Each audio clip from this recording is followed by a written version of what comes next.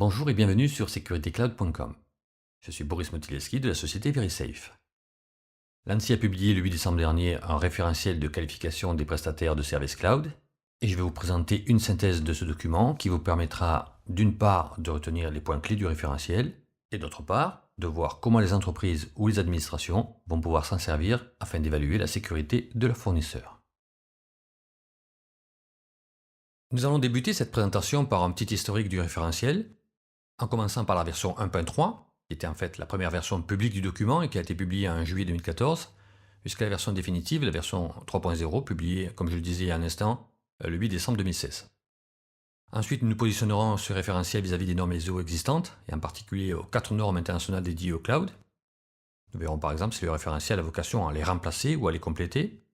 Ensuite, nous effectuerons un focus sur 50 exigences qui sont à destination des fournisseurs. Le référentiel comporte au total 225 exigences, et il aurait été long et fastidieux de vous les présenter toutes en détail. J'en ai donc sélectionné 50, qui n'ont pas bien sûr été choisies au hasard, et avant de vous les présenter, je vous expliquerai l'intérêt de se concentrer sur celle-ci en particulier.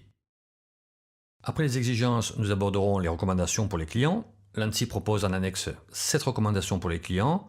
Nous ferons un petit zoom sur 4 d'entre elles, et puis surtout nous aborderons 2 autres recommandations que l'ANSSI n'indique pas dans ce référentiel et qu'il me semble important de connaître et de suivre avant de souscrire à toute offre de service dans le cloud. Et pour conclure, nous essaierons de répondre aux questions suivantes. Est-ce que le référentiel Secnum Cloud est pertinent? Quelles sont ses limites ou ses insuffisances? Est-il utile pour les fournisseurs? Quel usage peut en faire un fournisseur, qu'il vise ou pas d'ailleurs la qualification de l'ANSSI? Et puis quel usage un client peut avoir de ce référentiel? On verra justement qu'il peut avoir un double usage et qu'il sera tout à fait utile aux clients qui feront l'effort de se l'approprier. Commençons donc par l'historique du référentiel Secnum Cloud. L'ANSSI avait publié en juillet 2014 un appel à commentaires concernant un référentiel de qualification de prestataires sécurisés d'informatique à nuage, entre parenthèses cloud computing. Alors quelques précisions tout d'abord en matière de terminologie.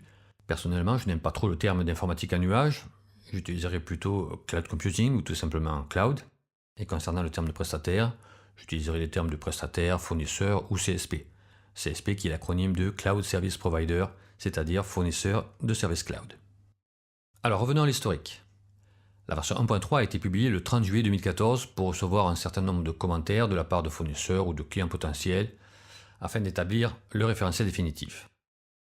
L'appel en commentaire a été clôturé le 3 novembre 2014. Dans ce référentiel, 2 niveaux étaient définis dans un même document, un niveau élémentaire puis un niveau plus contraignant, le niveau standard. J'ai déjà eu l'occasion de parler de cette version 1.3 sur le blog securitycloud.com et j'avais à l'époque formulé plusieurs critiques sur lesquelles je vais revenir dans un instant. Il y a eu ensuite en mars 2015 une version 2.0 qui n'a pas été publiée officiellement et qui a servi de base de travail notamment avec le BSI qui est l'homologue de l'ANSSI en Allemagne pour une coopération franco-allemande sur le sujet. Dans cette version, on ne parle plus d'une qualification à 2 niveaux mais plutôt de 2 qualifications distinctes, Secure Cloud et Secure Cloud Plus. Puis maintenant la version définitive, la version 3.0 avec 2 qualifications possibles, Secnum Cloud niveau essentiel, qui correspond globalement à Secure Cloud, et Secnum Cloud niveau avancé, qui correspond à Secure Cloud Plus.